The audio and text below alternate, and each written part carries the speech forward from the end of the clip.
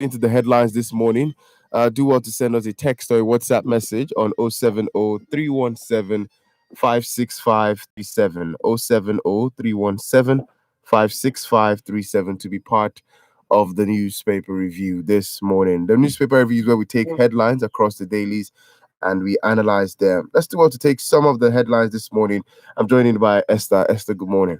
Good morning, Daniel. All right, we go straight into the dailies by looking at some of the headlines here this morning. The Punch has the headline: Oshomole wants to transform to Godfather, derail our plan. Sharibu has the headline on the Punch. Names unlisted as Macban, that's the Métis Allah Cattle Breeders Association of Nigeria, alleged 21 headsmen missing in Anambra. Soldiers shoot motorcyclists dead during operation with NDLEA operatives. That's the Nigerian Drug Law Enforcement Agency. He also says the EFCC, Economic and Financial Crimes Commission, invites Ondo Speaker Clerk over alleged fraud. And WAEC deletes 30 Benin schools over exam malpractice. The Guardian newspaper. The Guardian newspapers. Women have called for an equitable society devoid of discrimination to enable them thrive. At least 20 dead, 600 injured in Equatorial Guinea military camp explosions. Police swoop on suspected deadly cultists, robbers in Lekki and Ikorodu, arrests 56. Senator accuses federal government of treating bandits, terrorists with kids' gloves. Jubilations as herdsman warlord Wakili is arrested in Oyo. The EFCC recovers NHIS 10 billion naira bank. All right, the Nation newspaper has the headline. To do well to send us a text WhatsApp message on 070-317-56537. Supreme Court to hear Dixon's appeal into discrimination suit today. And Buhari Lawan, Bajavia Mila, orders eulogize Oshibajo at 64. And Presidency, NLC, Senate orders celebrate women. And federal government reject House bids to wage negotiation dissolves to state. The Supreme Court Justice Ongweta dies 23 days to retirement. And the This Day newspaper. On the This Day newspaper, we have Buhari hails Osibanjo at 64, says he's reliable and dedicated. Despite improved wheeling peak, power sector loses 26.6 billion naira. Federal government beefs up safety measures at Northern airports. APC has no zoning agreement on 2023 presidency, says Bello. Southeast PDP elects zonal executive committee. Federal government to complete digital switchover by 2022. All right, the pen pushing has the rest of the headlines this morning. Do well to send us a text or a WhatsApp message on 070-317-56537. Police arrest 50 robbery suspects in Lagos State. And sex for Mark lecturer loses appeal in challenging conviction. These are the headlines on the dailies. Do well to send us a text or a WhatsApp message on 070-317-56537. All right, we go straight into the dailies this morning. And I think I want to ask for Mikechi. Let's start off with COVID-19 vaccine. Over the weekend, specifically Thursday and Friday, on our big question conversation, I took time to, get the opinions of people on what they think about the vaccine, try to enlighten people on what the vaccine is all about, why it's important for, advocating specifically, raising awareness on the vaccine. But, a larger percent, for every one person that said yes, 6 persons said no, that they were not going to take the vaccine, they were not going to register. Even close relatives that I know personally have also declined to, taking the vaccine for various beliefs or the other. What do you think is sparking this anxiety over because the federal government has said they want to vaccinate 70% of the population by the end of 2022. Yes. And the words out there on the street is that a lot of people are unwilling to take it. So what is the possibility that at the end of 2022 they will have been able to vaccinate 70% of the population? Oh, So there's nothing that is impossible as long as the right strategy is being put in place.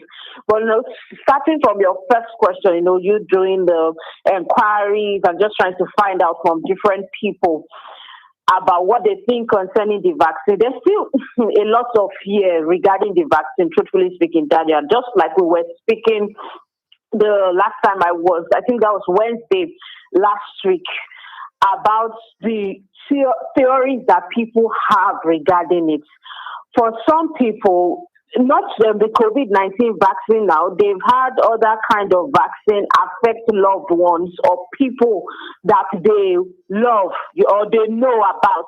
There are also documentaries here and there.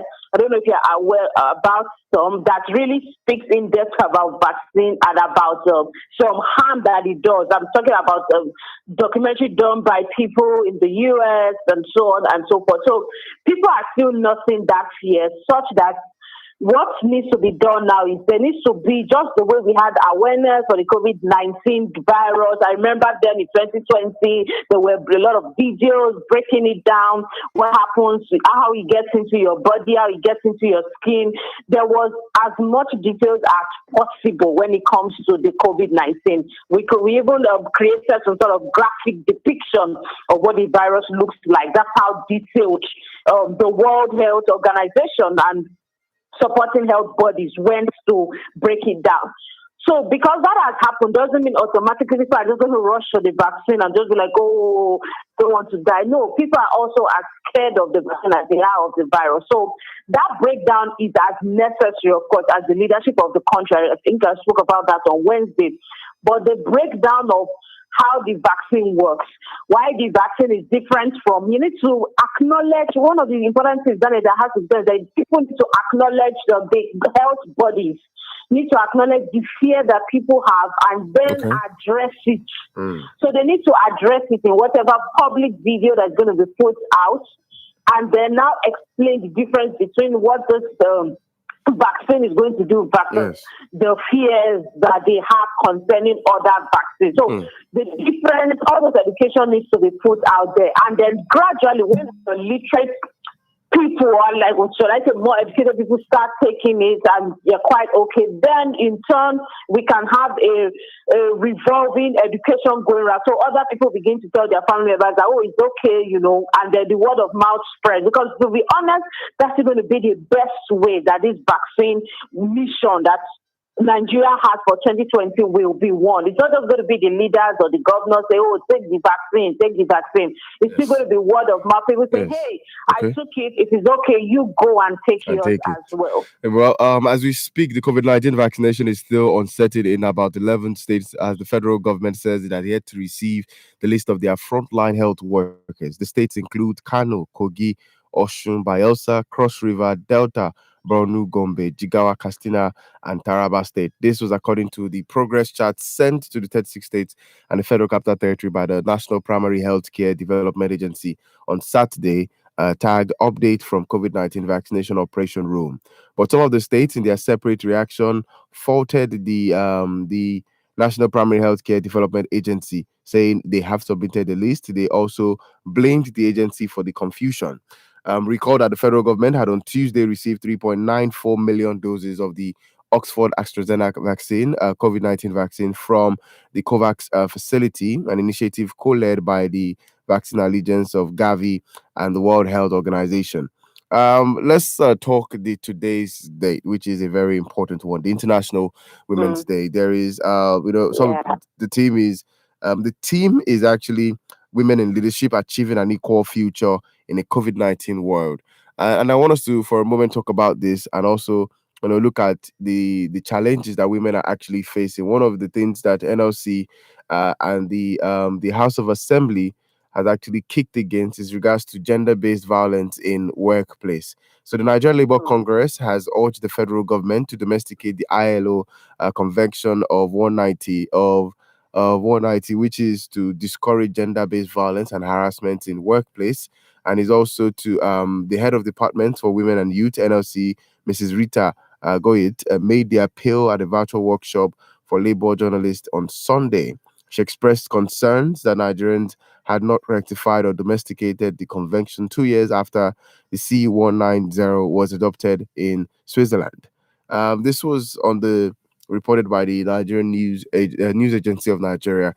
Let's look at the working environment for a lot of women in Nigeria, and the conditions that have not been met still. Laws like this have not yet been domesticated at the National Assembly, and questions will be asked on why is it taking so long for us to have the ILO, domesticated at National Assembly, so that we can also have these things properly taken care of in our laws. Well, why the ILO hasn't been able to domesticate this, honestly speaking, is not even something that we should be discussing, because if there is a gender-based violence regarding women or even men, for example, it's something that is serious and something that should actually be prioritized. So I do hope that today's calling out, awareness, and of course pointing out for them to see this is a move and is a push towards what needs to be done. Now, regarding women's gender-based violence at the workplace, or even anything beyond that, maybe being treated less beyond just violence, as an example. For a lot of this, of course, before I go on, I must say there are also organizations that treat women very, very right. So this is not to say it is all organizations in Nigeria, for instance, or in the world that women are suffering. No, not at all. But using some Nigerian organization as a case study, a lot of the people there have there's this tribal upbringing that people have that has warped their mentality about how they see women. So because people really are, especially in Nigeria, are grown, a lot of people, maybe not all, but a lot of people really are grown from their traditional, tribal thinking, ethnic kind of thinking.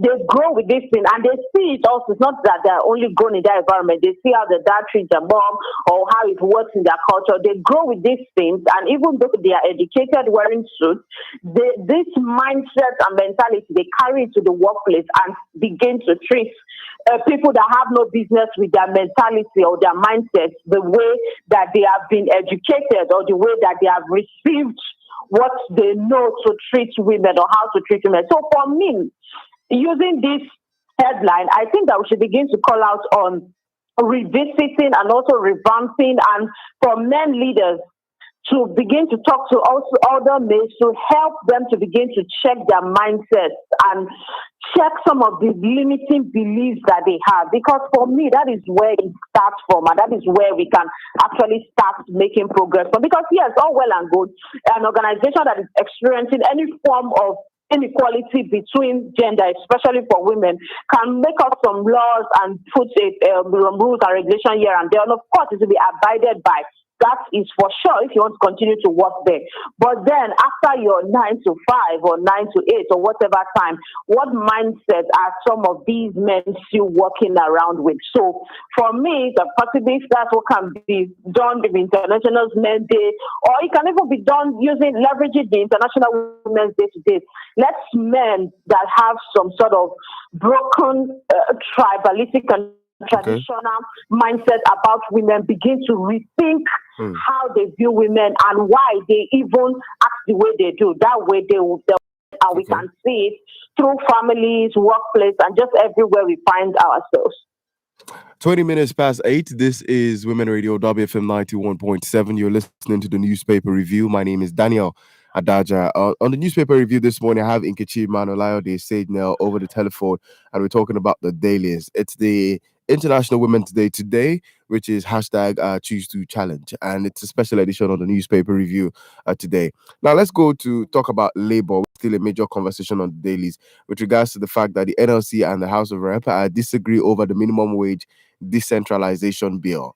So a member of the House of Representatives, Mr. Garba Mohammed, has written to the Nigerian Labour Congress asking organized labor to wait for the public hearing on his bill seeking to decentralize national minimum wage. Members of the House of Rep were on February 23rd, 2021, sharply divided over were sharply divided over a bill seeking to allow states to individually determine the minimum wage suitable for them. Presently, the federal government maintains the exclusive power to negotiate and determine the national minimum wage for workers across the three tiers of government in Nigeria.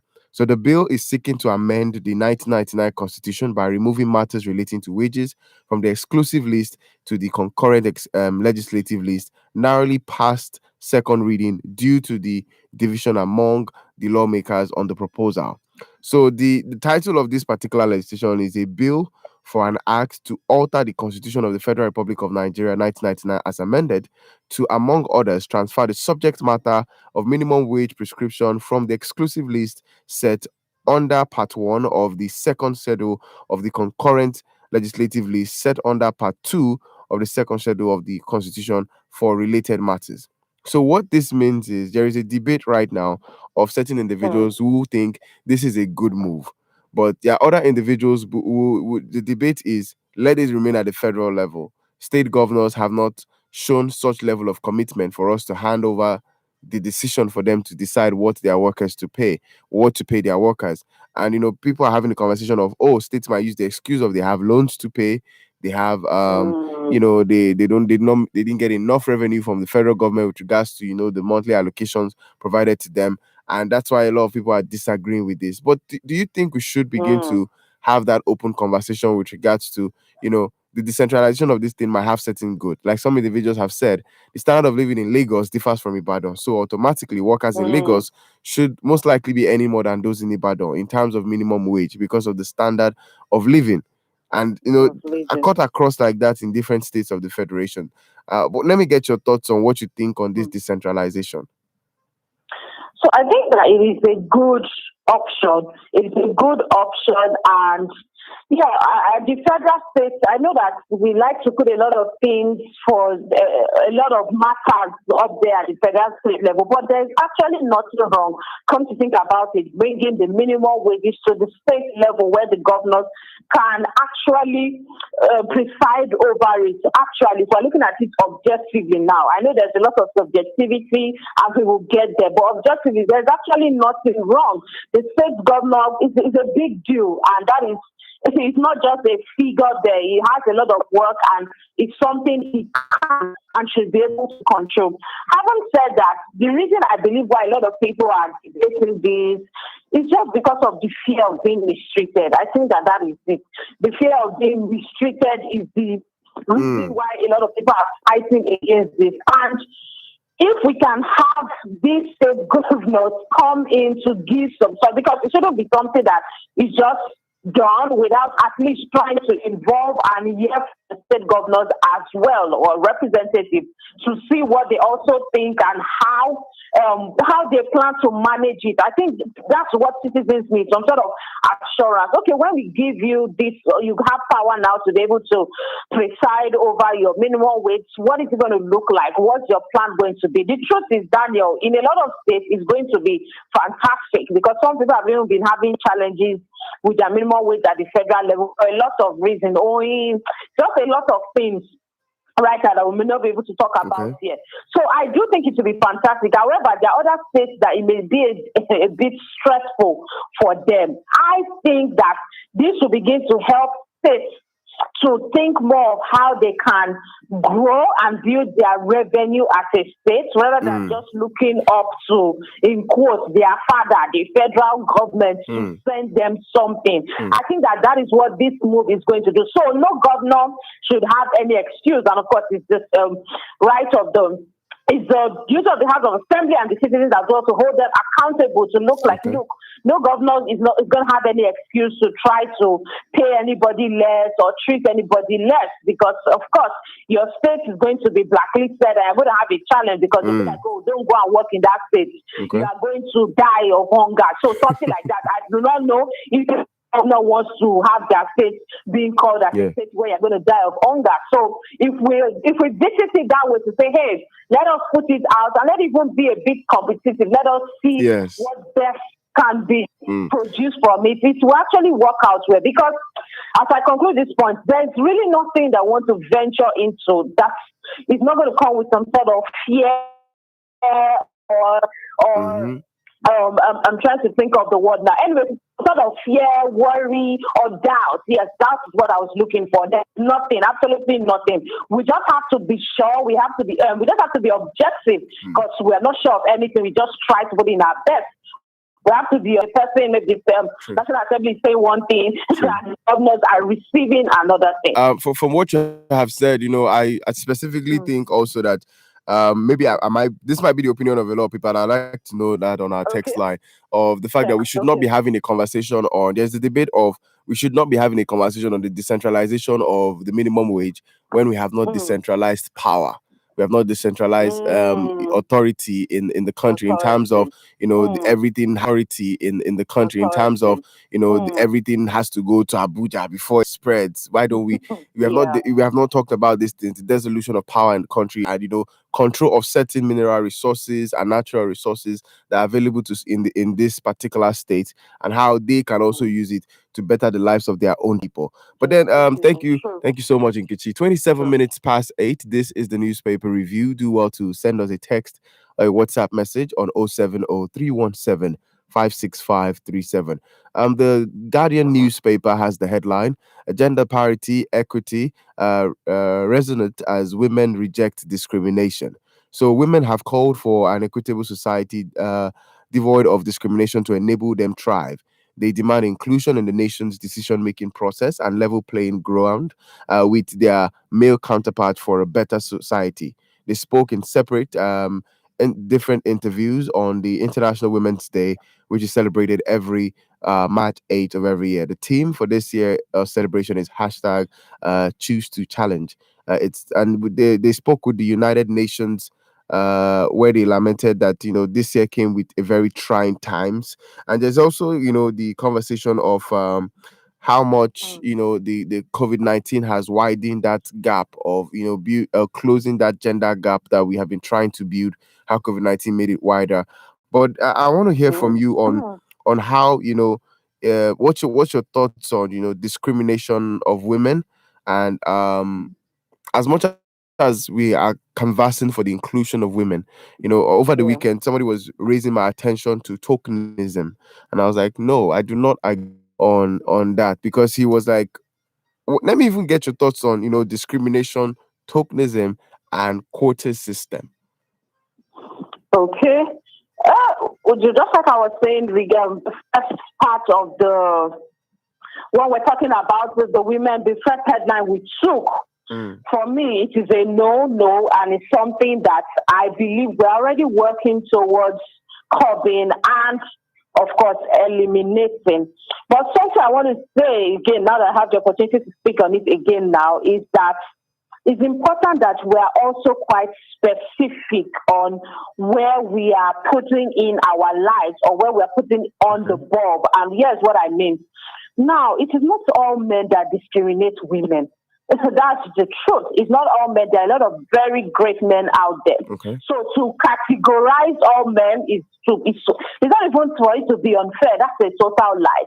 But there are certain, let me start, in Nigeria, of course, which is the Nigeria conversation, and there are certain ethnics and tribes, for instance, they still have some beliefs regarding women. If we're honest with ourselves and we begin to pick that out specifically, because when it comes to tribe, two things in Nigeria: tribe religion is very touchy. But you see, that is the bedrock of a lot of people's thinking and belief system. And that is where we have to draw things out from to actually get the solutions that we seek. So if we begin to visit this specific ethnic and tribal, we can have such interviews and all that can be done amongst women to help them understand the thinking of the tribal, how the tribes of their men think, as an example, so that there can be some sort of survey that cuts this all together, and we're not just assuming things. Okay. So specific type, of course, I have some on the top of my head now that discriminate against women, not because some of these men or boys or teenagers just want to. That is the trade. That has been the training. That has been the culture.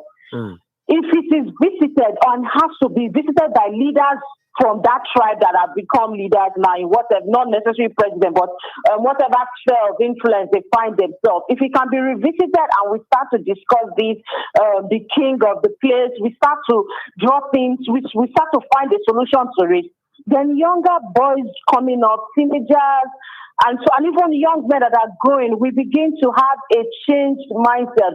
Because if we do not set it right from those roots, from this root of this tribal, what people think, what their tribes are, what it's going to be like we're just revolving around the same thing, and it's going to be like some men are just angry because women want to win or women want to have the same right that they do, and it's going to look like it's a party of fight, and that is not the point. That is not what we are trying to build.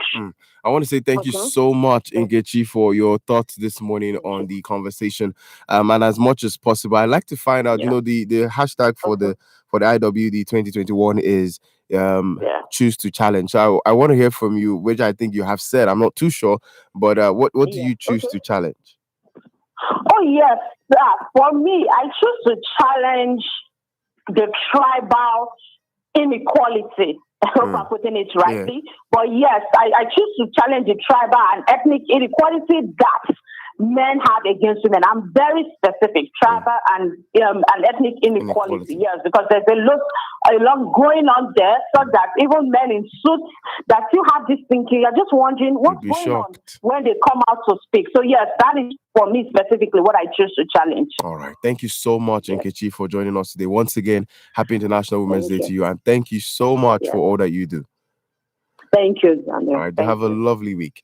It's still the newspaper review on Women Radio, WFM 91.7. Do well to send us a text or a WhatsApp message on 070 317 56537. All right, let's take a few messages.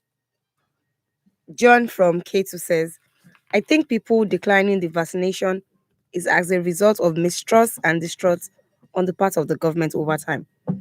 So when the government show care and concern, now people do not just believe in Nigerian system anymore. I am sure Nigerians in the US are taking the vaccine, but we cannot do the same here in Nigeria because of our system. The government should take a clue from this to show evident proof of democracy so that the population can trust the government again. Engineer Wale Nikorodu says, Happy New Week. The alleged arrest of the OPC members, the arrested Wakili, the alleged criminal in Ibarakpa by the police, is suspicious. That is why Nigerians do not have confidence in our security agents anymore. I hope the IGP will intervene. The COVID-19 vaccine that was procured by the government would not vaccinate 1% of Nigeria. It is better our government support our local medicine practitioners to provide vaccine that we can sell to other neighboring countries. We also have another message here from Mutiu Olawale Alakbere.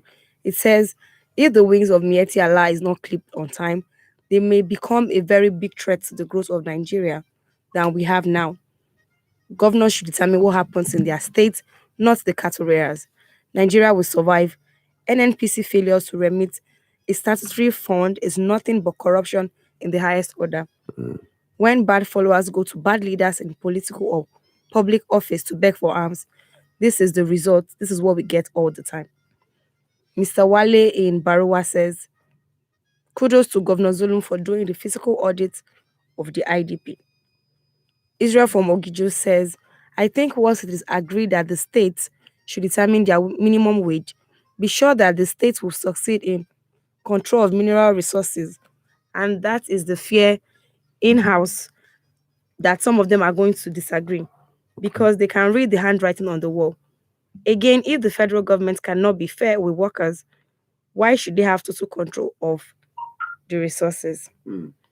All right, thank you very much. And right now, 25 minutes to 9. This is the newspaper review. Do well to keep your text and WhatsApp messages coming in on 070 317 56537. Joining us this morning on the newspaper review is Adeyemi Adeolu via telephone. Good morning to you, Adeyemi. Good morning, Dad. Good to have you this morning with us. And because you're a man, I'm going to ask you to have to say Happy International Women's Day. Thank you. I need you to say it. Happy International Women's Day. Oh, Happy International Women's Day, yeah. Yes. All right. Now, I want us to start off because I know you go out a lot and you interact with a lot of people. I want to get your perspective on what has been the words on the street with regards to the Oxford AstraZeneca vaccine, which is available in Nigeria. Hello? Hello? All right, we're going to try to connect back with Adeyemi Adeolu this morning. 24 minutes to 9. Do well to keep your text and WhatsApp messages coming in on 070-317-56537. We have a text message from Chima in Ikorodu. It says, Happy International Women's Day to all women out there. As today is special to you, it's also special to us as we also celebrate you. May God continually bless you and help you play your roles in everywhere you find yourself. We have a message from Bright in Sherry. It says, please permit me to say this, that our government has failed us and we are just striving to live. The North has an agenda that is playing out now. For me, it is left for the South to sit up and put themselves together, because it seems like the average Northerner knows more politics than an educated Southerner. All right, still on the newspaper review this morning. Let's keep those texts and WhatsApp messages coming in. I believe we have Adeyemi back. Good to have you back. Hello, Daniel. Can you hear me? Hello? Yeah, Daniel, I can hear you clearly. Oh, okay. I'm going to drop the call and try to call you back again, and hopefully it goes through. Okay. Yes. Or is it stable now? The line is not clear. It's not clear. All right. All right. I'm going to drop the call and call you back. All right. Yes. Women Radio WFM 91.7. This is still the newspaper 56537. We're about to take the headline while we, try to connect back with Adeyemi Adeolu this morning. I will take the headline off the Nation newspaper. The conversation has generated a lot of convo. Police arrest OPC members over headsman suspect. So the police got hard knocks yesterday for arresting member of the Oduduwa People's Congress after members apprehended a suspected kidnap kingpin in Oyo State. Following the kingpin known as Wakili is believed to be the leader of a group of headsmen terrorizing farmers in Igbarakpa area of Oyo State. Following the expulsion of the Seriki Hausa Igbarakpa by Sunday Igboho, Wakili reportedly mounted no-cross zone on farms, sending warnings to indigents of the Ayete in Igbarakpa, and often boasted that he could not be evicted from the town. Along with his battalion of headers, he was said to have displaced farmers and forcibly, invade their farmlands with cattle, shooting farmers with shooting farmers who crossed the no-cross zone line he created. Due to his deadly atrocities, farmers desist their farm and could not harvest their crops. Also at the weekend, 2 farmers were found dead on their farms in Ekiti. They had gunshot wounds in their bodies and they were believed to have been killed by headsmen. The police in Oyo State confirmed the arrest of 3 members of OPC after they arrested Wakili. The police said the men are being interrogated for involvement in assault and murder while carrying out the arrest. All right, I have Adeyemi Adeolu back on the line this morning. Good to have you back, sir. Thank you, guys. Okay, it's very clear now. Yeah. All right, perfect. So my first question to you was about the COVID-19 vaccine, which is available in Nigeria. I'm sure you've gone out since the vaccine got here last Tuesday, but the words on the street, do you think people are getting aware that there is a vaccine now? Well, from every indication, the awareness is not enough. There should be a radio jingle, both on social media and electronic media. Okay. Even the print media is very important. In as much as they have been able to publicize COVID-19 itself, okay, they should be able to publicize more of the vaccine so that everybody can be aware and everybody will prepare, being vaccinated. It's very, very important because I tell you, the masses, I want to tell you that 70 to 80% of them don't know that the vaccine is available in Nigeria now. So from the conversation you've had with those who are aware about the vaccine, do you think from the people you have spoken to, are they willing to take the vaccine? Well, you see, for now, you cannot say their decision or their opinion for now is bad, because why? Most of them will tell you they don't know much about the vaccine, and they don't know the potency, and they don't know what the side effect is going to be. And, looking at what happened in Australia recently, just days back, when we heard that there is an adverse effect of the COVID-19 that, one person was declared dead or so, and others who actually were administered have been hospitalized. With this kind of information going around, you'll find out that Nigerians, we are even from the onset, before the vaccine was ever even produced, you know that majority of us have said that no, we don't want to take it for one reason or the other, particularly with all sorts of information that went around on social media and even the newsprint then. So with this and looking at what is taking place, until we are able to see, like we know that the president and the vice president have been vaccinated. Yes. Whatever the outcome of the vaccination is in the next couple of days, we tell if every Nigeria want to go for it. All right, thank you very much. I want us to take a few messages this morning just before we go into the next headline quickly. We have a message from Adeshino. It reads, if the police fails in its responsibility, the OPC will do the needful, because security cannot wait until everybody is killed. Gilbert from Agbado says, the issue of the minimum wage is long overdue. This is because the Nigerian Labour Congress is not doing the needful. They have not been protecting the interest of the Nigerian workers. 30,000 naira should be the least in every state. 30,000 naira is not up to the cost of the governor's cup of tea. They spend so much for themselves and pay peanuts to the laborers. And our so-called labor leaders should wake up and do the needful.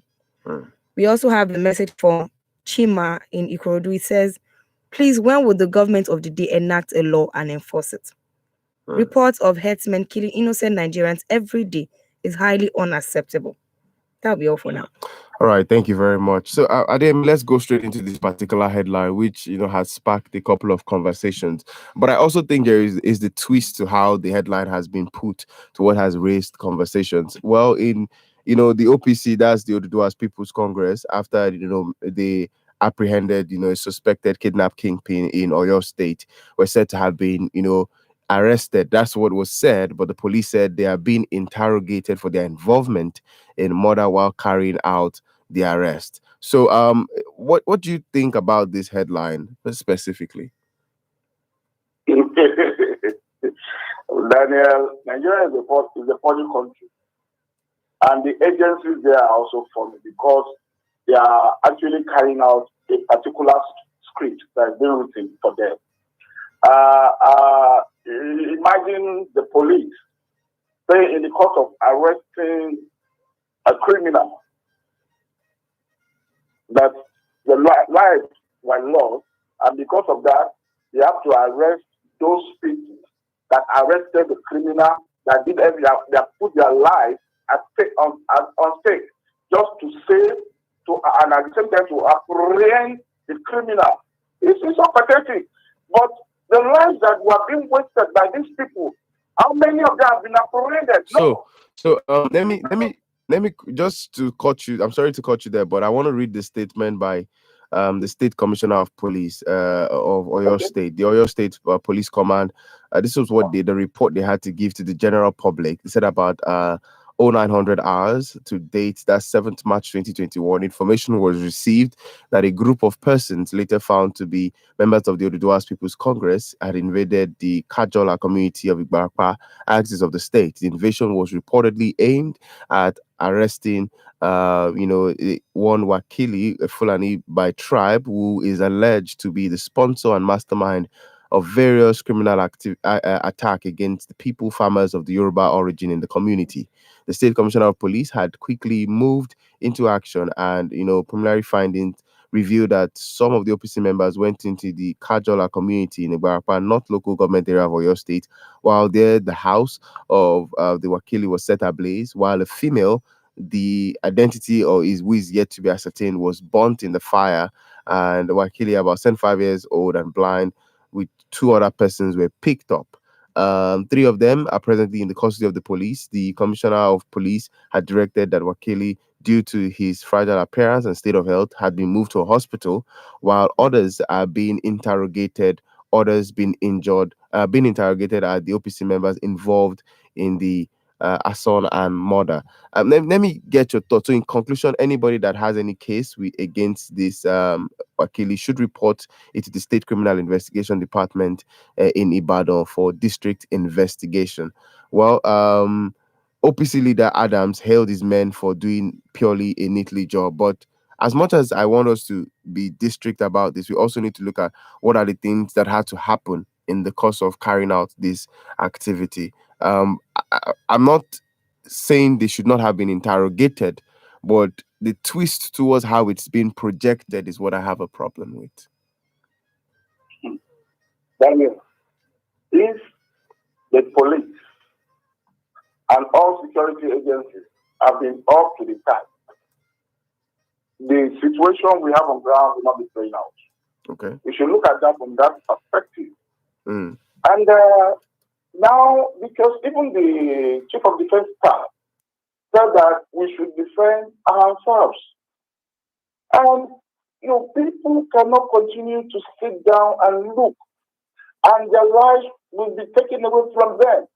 Their property will be destroyed, and nesting all their source of income, their commonwealth. Somebody will come from nowhere and just sit on it and become a lord over it, and yet you don't want people to do anything about it. And not just an nesting alone, raping, committing all sorts of crimes. The police ought to be the one that have gone to apprehend this man. This Wakilu, Iskilu Wakili has been in the news for over 1 month now. Over 1 month. Yet the police were not able to apprehend. Does it mean, like you always say, that the intelligence report, does it mean it's not working anymore in Nigeria? Does it mean they don't have it? Now, if they don't have it, and the Oodua People Congress, they have it, and they were able to act on it. Yes. You see, let me be honest with you. You know that it is not going to be an easy thing to apprehend a criminal. Perhaps there could have been shootouts between all the operation of the OPC and the Wakilu gang. You see, there should be more information. The police, from the way they are acting, yes, they have right query to query the OPC out operation. Yes. Way. They ought to do that. But now, you saw the guy. I was watching it on the social media. The way he was pretending to be healed. Somebody who has been killing, who has been destroying, raping, who has been collecting ransom. Now he's being apprehended, is not afraid. Like we did with our mentors in Nigeria. When you reach billions, when you come to answer queries, you see them framing that they are dying. But let's look at this from the security perspective right now. Just to quickly weigh in on it because of our time. Look at this from the security perspective on the Discord. I particularly have always, been worried or shown concern for the discord among security agencies. I understand the Oduduwa's People's Congress fighting for their people, but in a system where there is no synergy, where there is no proper distribution of information, such operation in the first place, let's look at this critically from a security expert's perspective of this operation should not have been carried out because this is somebody who has been reported. All right, so the person already most likely has a case to answer with the Oyo State Police Command, and such operation should not have been carried out without carrying along the police of Oyo State. You see, Daniel, there are some things that need a quick action. There are things that you need to treat the way it comes. Now, if the police, Nigerian police as they are, do not have that intelligence information of the whereabouts of this criminal, then there's problem. One. And secondly, what about they have been told over the time by the people in this area? Of course, do you know that in the course of the police going around, they must have been told one way or the other that these people have migrated from one place, from this area to another area. But what have they been able to do? Nothing. Now, if this OPC could go ahead and give the information again to the police, and perhaps they are the one giving this information that they are going to be apprehended and they move from where they are. We have seen it playing out over the years. Moles in the security forces, moles. Look, forget the mole. Who is the mole? I'm talking about the people that come to shops. Look, it's not just every person that is in this. These are the people that are in charge. They are the ones giving these people information. Okay. They are the ones sponsoring them because they are. That's the problem we are facing. And if that cannot be done, then somebody has to take action. That's what the opposition group has done. You can't reprimand them for doing that. Okay. It's wrong. That is what you are saying, is that the country belongs to the criminals. They can do the way they want. And like one of the members of the National Assembly said that we are treating them with kid gloves. Yes. It's the truth.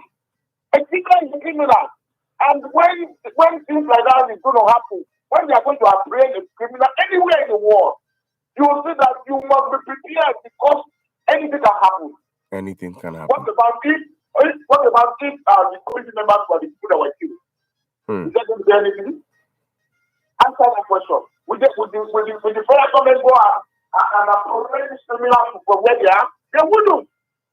We have seen numbers of soldiers. We have seen numbers of police officers. We have seen numbers of Air Force officers. These military people that have been killed. What has been done about it? Even their families are there in the barracks. Even some of them have been laid out of the barracks. And yet they are suffering. And nothing is being done to take care of these people. What are you talking about? Ademe, I would like to thank you this morning for your time on the newspaper review. There's a lot to talk about, and I believe we will do more and follow through on all of these stories when we'll have you again on Thursday morning on the newspaper review. Thank you, Dan. Thank you. Thank you so much for your time. All right, let's take one or two text messages and we'll call it a wrap this morning. Soji Badijo from Ikwaja says, it is expected, but not new, that some Nigerians would definitely shun the controversial COVID-19 vaccines due to lack of trust. I'm very sure you will agree with me that this government has proved in many instances to be inconsistent and popularly play lip service to present issues. So how do you expect Nigerians to trust them? Capital no. And to be sincere, some Nigerians would rather prefer to go get it somewhere else than take the ones provided by the government. I personally may not take it, and I have my reasons. Okay. Everybody has their reasons. So we hope that these reasons will be made known to us when the time is right. Thank you so much for being part of the newspaper review this morning. We'll do this again tomorrow at 8 o'clock. Do well to be part of the rest of the conversation on the full breakfast at 9:15 to 10 this morning on the big question. At 9 o'clock is the news at 9. Special thanks to Nkechi Manolayode Saidnel and Adeyemi Adeolu, and also to Aisha Larabe for being part of the newspaper review this morning. My name is Daniel Adaja. Stay tuned. We are WFM 91.7, the voice of women, using radio as a tool for women development. We condemn the abuse of women, girls, and children in any shape or form. WFM